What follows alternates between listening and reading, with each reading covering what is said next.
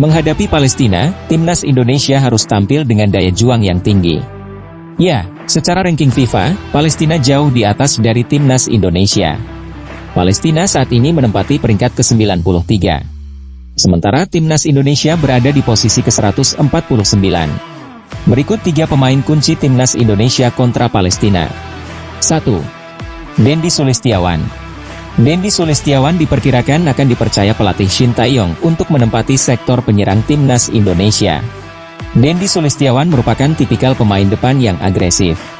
Sebelumnya, pada FIFA Matchday Maret 2023, pemain berusia 26 tahun tersebut selalu tampil dalam 2 kali pertemuan kontra Burundi. Dendi Sulistiawan bahkan mencatatkan 1 gol dan 1 assist. Kala itu, laga timnas Indonesia versus Burundi berakhir dengan kemenangan 3-1 skuad Garuda dan bermain imbang 2-2. Di Liga 1 2022 hingga 2023, ketajaman Dendi Sulistiawan cukup terbukti bersama Bayangkara FC. Dari 26 pertandingan, mantan pemain Persela Lamongan itu membukukan 9 gol dan 5 assist. 2. Mark Klok. Mark Klok tidak pernah absen dari panggilan timnas Indonesia di era Shin Tae-yong.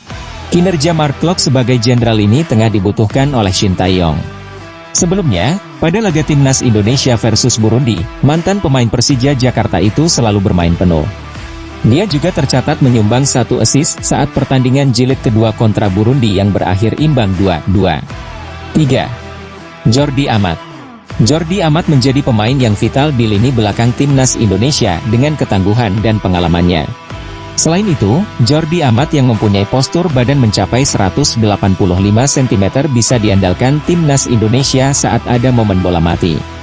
Yang pasti peluang Jordi Amat untuk memenangkan duel udara dengan pemain Palestina lebih besar. Itu dibuktikan Jordi Amat ketika timnas Indonesia menghadapi Burundi di laga jilid kedua. Sundulan Jordi Amat yang memanfaatkan eksekusi bola mati dari Mark Klok pada menit ke-94 sukses menyamakan kedudukan menjadi 2-2.